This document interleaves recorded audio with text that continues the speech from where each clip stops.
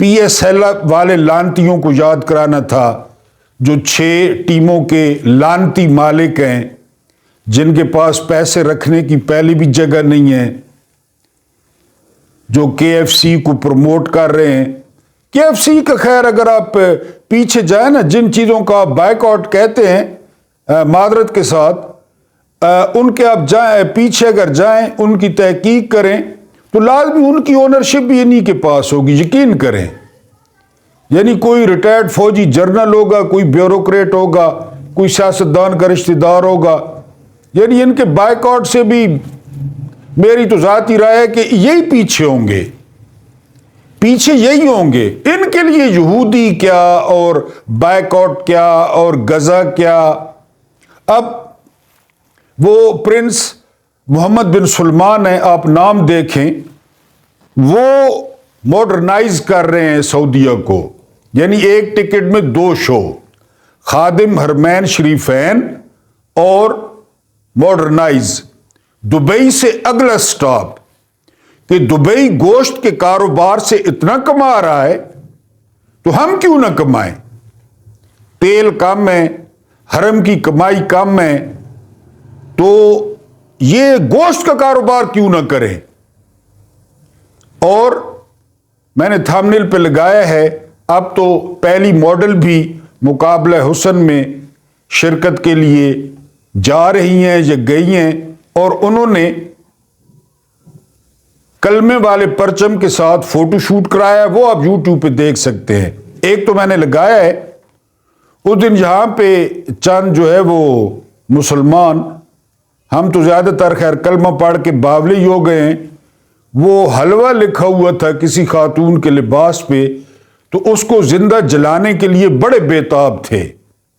لیکن یہاں پہ آپ کو کسی عالم کے منہ سے کوئی تقی عثمانی ہو، کوئی طارق مسعود ہو، کوئی فضل الرحمان ہو، بالکل کچھ بھی نہیں نکلے گا، بے فکر ہیں۔ الحمدللہ ثم الحمدللہ۔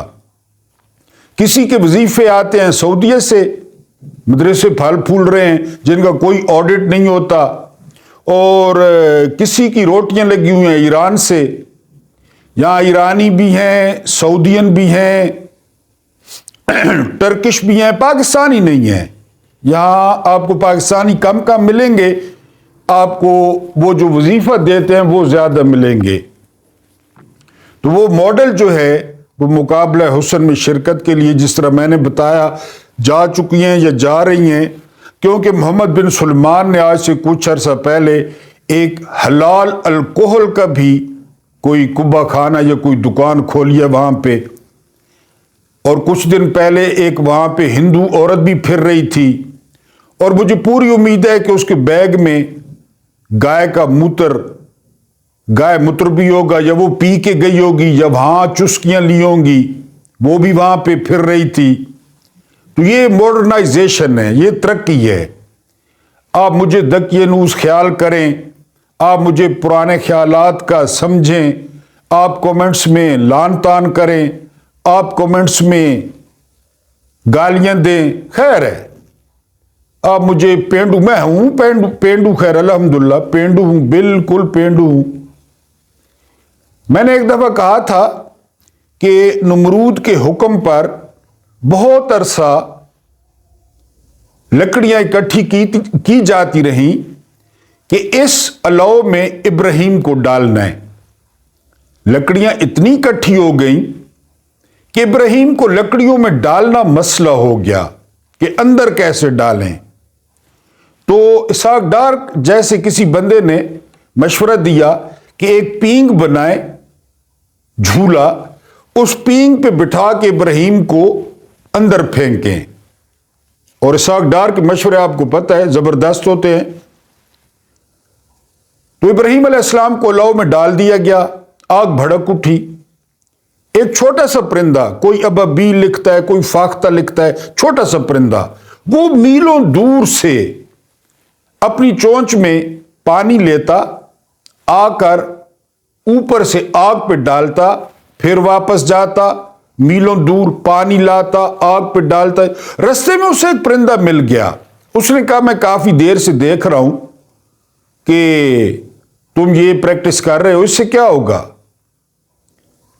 تو چھوٹے پرندے نے کہا کہ مجھے بھی پتہ ہے کچھ نہیں ہوگا، لیکن کل محشر لگے گا، میزان لگے گا، ساری امتیں اکٹھی ہوں گی، سارے انبیاء اکٹھے ہوں گے، تو میں فخر سے اپنے رب کو کہوں گا کہ میں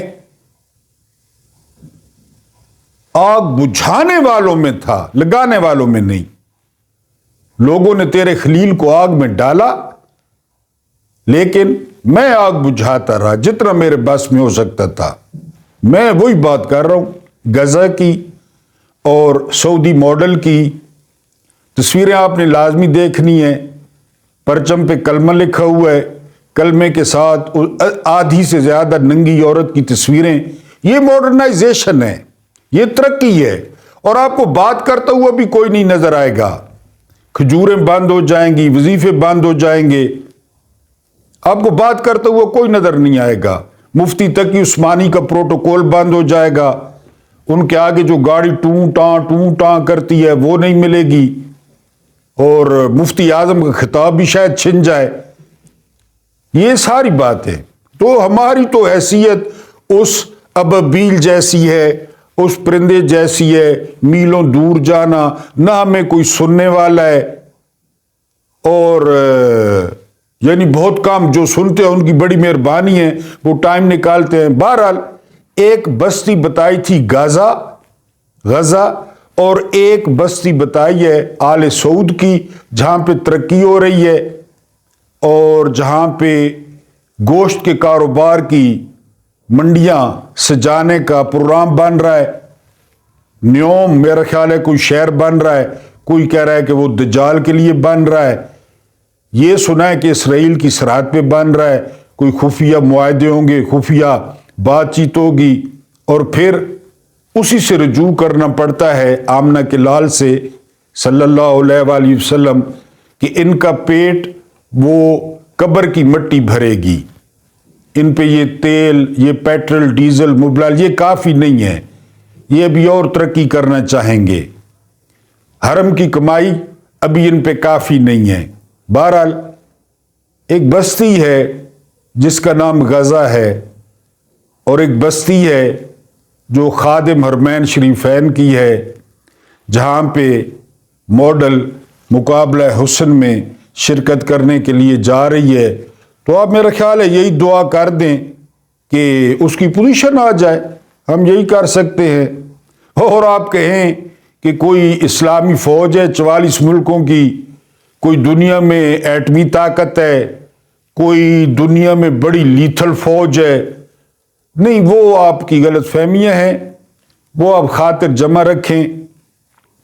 آپ فوج کو چھوڑیں، آپ نے کوئی ٹھیک ٹھاک قسم کا اسرائیل کے خلاف بیان سنا ہے، یا آپ نے ٹھیک ٹھاک قسم کی کوئی لائیو ٹرانسمیشن یا کوئی کوریج دیکھی ہے؟ آپ مریم نواز کے لباس کی جو کہ حرام کا ہے، جوتوں کی جو کہ حرام کے ہیں، اس کی آپ روزانہ دیکھتے ہوں گے کہ یہ دیکھیں جی سارا کچھ، یہ استعمار کے نمائندے ہیں، واشنگٹن کے نمائندے ہیں۔ 8 دفعہ یہ خاندان مسلط رہا پنجاب پہ، 8 دفعہ، 6ویں دفعہ آج وہ وزیر اعظم ان کا بن گیا۔ ملک کے حالات آپ کے سامنے ہیں۔ بہرحال غزہ کو آپ نے یاد رکھنا ہے کہ گلیوں میں بچے نہیں ہیں اور مسجدوں میں نمازی نہیں ہیں، جگہ وہ ہے جسے قبلہ اول کہتے ہیں۔ آج پھر آپ پاکستان پہ آتے ہیں، قاضی فائز عیسیٰ صاحب کو بہت بہت مبارک، جو انہوں نے مکروہ اور گھٹیا رول پلے کیا پاکستان کی عدالتی تاریخ میں، ایک پارٹی توڑی، ایک منافق اعظم اکبر ایس بابر، نہ وہ پارٹی کا رکن ہے، نہ وہ پارٹی کا رہنما ہے، نہ اس نے کہیں سے الیکشن لڑا۔ اس کو کون لوڈ کروا رہا تھا یہ قاضی فائز عیسیٰ کو پتا تھا کہ اس کو کون لوڈ کروا رہا ہے، اس کو کھڑا کس نے کیا ہے، پتا تھا قاضی فائز عیسیٰ کو۔ بہرحال قاضی فائز عیسیٰ نے بلہ چھین لیا، لیول پلینگ فیلڈ چھین لی، پاکستان کی 70% آبادی کے بنیادی انسانی حقوق سلب کر لیے، جسٹس منیر اور مولوی مشتاق سے نچلے گڑھے میں چلا گیا، بغض عمران میں، عمران کی دشمنی میں، اور جن کے بوٹ چاٹ رہا ہے، جن کی پوٹیاں چاٹ رہا ہے، انہی نے اس کے خلاف ریفرنس بھجوایا تھا، انہی نے، باجوہ اور فیض نے، اور یہ سارا ان پہ تو غصہ نکال نہیں سکتا، وہ تو الٹا ٹانگ کے وزن لٹکائیں گے، ان کو تو کہہ کچھ نہیں سکتا۔ اس کا بس چلتا ہے اسد طور پہ، اس کا بس چلتا ہے عمران ریاض پہ، اس کا بس چلتا ہے پی ٹی آئی کی عورتوں پہ، اس کا بس چلتا ہے پی ٹی آئی پہ۔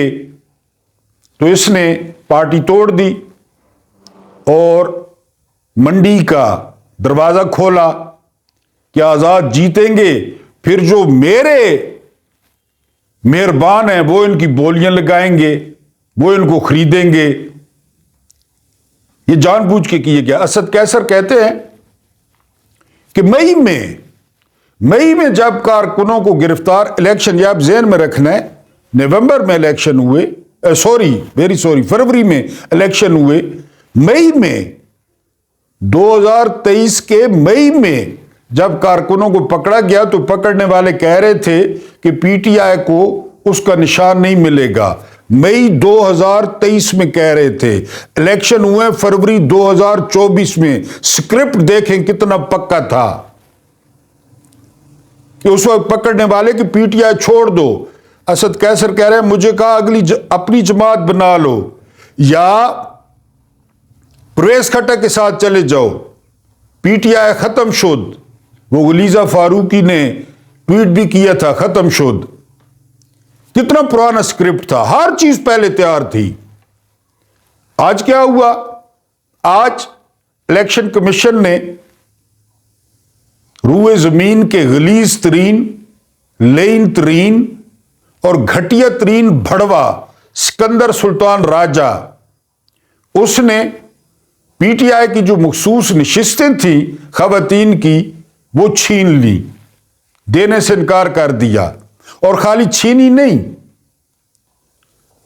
یہ بھی کہا کہ یہ سیٹیں اب ملیں گی نون لیگ کو، پیپلز پارٹی کو اور ایم کیو ایم کو، میرے مالکوں کو، میرے آقاؤں کو، کیونکہ ان کے آقاؤں کا حکم ہے، وہ ان کو ملیں گی۔ یہ ہوتے ہیں کسی ملک کے قاضی القضاء۔ اس ملک پہ برکتیں آئیں گی، اس ملک پہ رحمتیں آئیں گی، اس ملک کے حالات ٹھیک ہوں گے۔ انصاف کی سب سے بڑی کرسی پر بیٹھا ہوا یہ کمپرومائزڈ اور غلیظ شخص، اس نے ابتدا کی اور آج اس لین نے وہ انتہا کر دی۔ تو ایک دفعہ پھر بہت بہت مبارک ہو قاضی فائز عیسیٰ کو۔ آپ مریں گے کس طرح یہ تو اللہ جانتا ہے، لیکن ایک دل میں دعا ہے، میں وہ آن ایئر نہیں کہتا کہ آپ کو جو ہے نا وہ کس قسم کی موت آئے جو آپ نے لوگوں کے ساتھ کیا۔ پولنگ ڈے والے دن جس طرح بزرگ حضرات اور نوجوان وہ نشان پوچھ رہے تھے اور ڈھونڈ رہے تھے، تو میں نے وہاں بھی لوگوں کو کہا کہ آپ اسلام آباد چلے جائیں اور قاضی فائز عیسیٰ کا شکریہ ادا کریں۔ تو بہرحال وہ مخصوص سیٹیں آج دینے سے انکار کر دیا گیا ہے، اور قاضی فائز عیسیٰ صاحب کے جو مربی ہیں، جو مالک ہیں، اور پھر ان کے جو مالک ہیں ان کو وہ سیٹیں دی جائیں گی۔